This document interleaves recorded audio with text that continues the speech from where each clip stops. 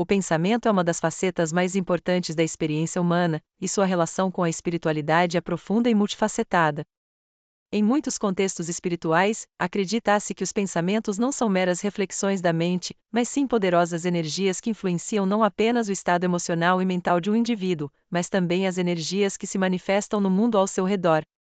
Aqui estão alguns aspectos fundamentais sobre como o pensamento se relaciona com a espiritualidade e como ele pode interferir nas energias das pessoas. 1. A natureza energética dos pensamentos.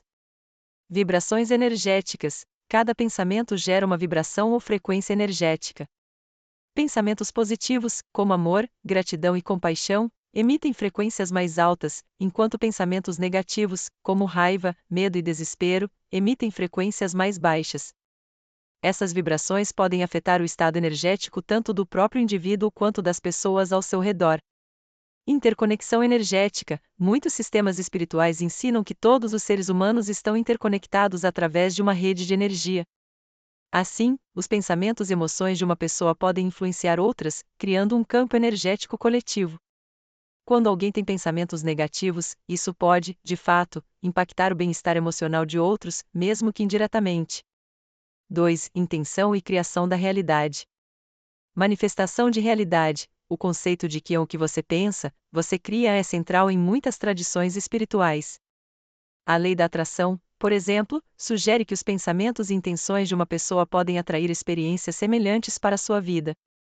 Se uma pessoa se concentra em pensamentos positivos e construtivos, ela pode atrair eventos e circunstâncias que correspondam a essa energia. Poder da intenção. Na espiritualidade, a intenção é fundamental. Não se trata apenas do que se pensa, mas também do porquê e como. Ter uma intenção clara e positiva pode amplificar a energia dos pensamentos, tornando-os mais eficazes na criação de mudanças na vida e na realidade. 3. Pensamentos e emoções. Relação entre pensamentos e emoções. Os pensamentos têm um impacto direto nas emoções. Um pensamento positivo pode criar sentimentos de alegria e paz, enquanto um pensamento negativo pode gerar estresse e ansiedade. Essa relação é crucial no desenvolvimento espiritual, pois as emoções também são formas de energia que afetam o bem-estar geral. Autocuidado emocional. Manter uma mentalidade positiva e praticar a autoobservação dos pensamentos é importante para a saúde espiritual.